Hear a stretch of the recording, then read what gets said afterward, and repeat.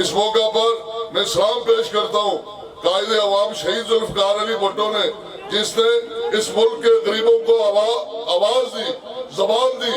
शहीद जुल्फकार अली भुट्टो को सलाम अकीदत, जिन्होंने ख्वातीन के हकूक का तयन सरकार दो आलम हज़रत मोहम्मद मुस्तफ़ा सल्लल्लाहु अलैहि वसल्लम की तालीमात और सीरत के मुताबिक किया। मैं सलाम पेश करता हूँ कायदे अवाम शहीद जुल्फकार अली भुट्टो ने इस मुल्क की बेआईन सरजमीन को 1973 का मुतफिका आईन दिया। सलाम पेश है जुल्फकार अली भुट्टो शहीद को, जिन्होंने इस मुल्क को बेहतरीन जरूरतमंद बावकार खाजा पॉलिसी दी। कि पाकिस्तान पीपल पार्टी पूरे पाकिस्तान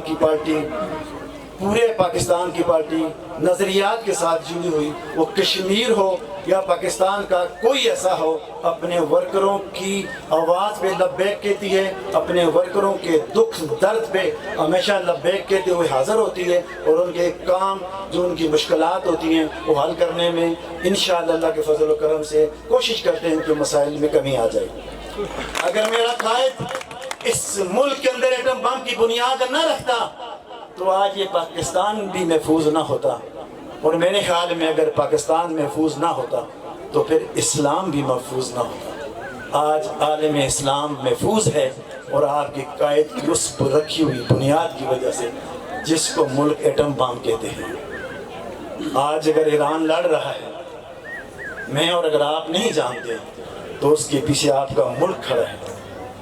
जब हम अपनी फौज के खिलाफ बातें करते थे, तो जब इंडिया को अपनी से कई गुना ताकत को शिकस्त फाश दी, तो दुनिया ने हमारी उस फतह का इतराफ़ करते हुए जो हमारी फ़ौज को, जो हमारे सिपहसालार को और जो हमारे सदर मुमलिकत मोहतरम जनाब आसिफ ज़रदारी की पॉलिसियों को सराहा है। शायद न इससे पहले किसी को इतनी इज्जत और रिस्पेक्ट मिली और ना इसके बाद मिलेगी।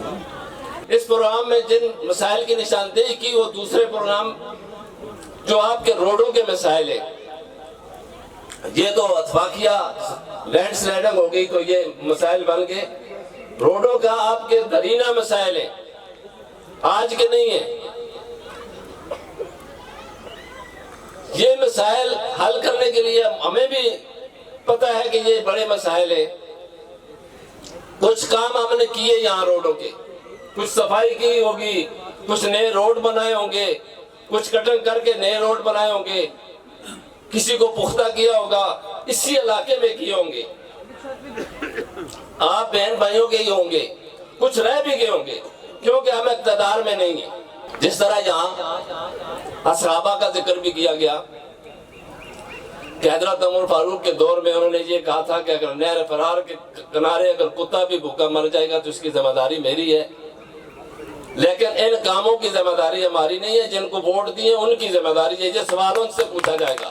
जितने मसाइल होंगे हमारी तंजीमें बनी हुई हैं, निशानदेही करेंगे इंशाल्लाह। जो हम कर सकेंगे उसकी कोशिश करेंगे, हल करेंगे।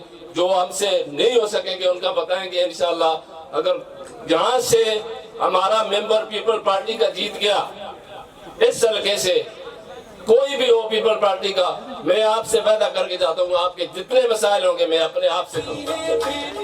अपनी बहनों से वादा करके जाता हूँ कि आपको बेनज़ीर इनकम सपोर्ट प्रोग्राम के लिए एबटाबाद नहीं जाना पड़ेगा। लेकिन ये जिम्मेदारी आपके हमारे इन भाइयों पे है, ये हमें बताएंगे, जगह बताएंगे तो इंशाल्लाह हम टीमें वहां भेजेंगे। रहा नौजवानों के लिए, इन्होंने कहा था कि एक ग्राउंड का यहाँ इंतजाम करें, उसके लिए भी आप पे मुनहसर है कि आप हमें कोई जगह देंगे तो उसको हम ग्राउंड आपको बना के देंगे। लेकिन उन्होंने ये जरूर कहा, मैं अपनी बहनों को भी कहता हूँ, अपने भाइयों को भी कहता हूँ, परसों उन्होंने मुझे कॉल की, उन्होंने कहा जो आप जहाँ से भी आपने पोलिंग स्टेशन आपके लोगों ने जितवाए या यहाँ से कुछ वोटें हमें माकूल तरीके से मिली है, हमारी हौसला अफजाई हुई है, वहाँ इंशाल्लाह हम काम भी करवाएंगे और शाह साहब से बैठ के आपको इंशाल्लाह खुशखबरी भी सुनाएंगे। जब भी पाकिस्तान पीपल पार्टी की हुकूमत आई, तो हमें उसके लिए जो कुछ करना पड़ा इंशाअल्लाह उसके लिए हम करेंगे। इस इलाके को पहले भी पाकिस्तान पीपल पार्टी ने कभी मायूस नहीं किया और आइंदा भी नहीं करेंगे।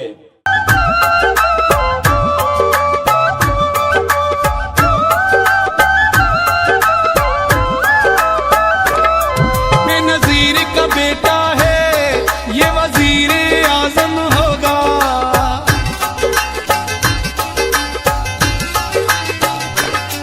बेनजीर का बेटा है ये वजीर आजम होगा। चलो तीर पे ठप्पा लगाए आएगा बिलावल, कहती है बहने माए आएगा बिलावल।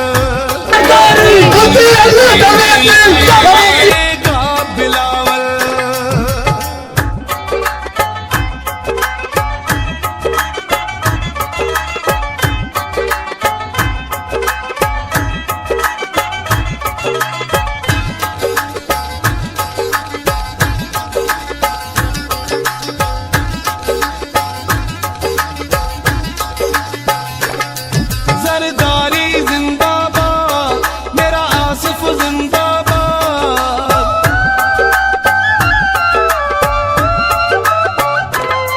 जरदारी जिंदाबाद, मेरा आसिफ जिंदाबाद। हर घर से है ये सदाएं आएगा बिलावल।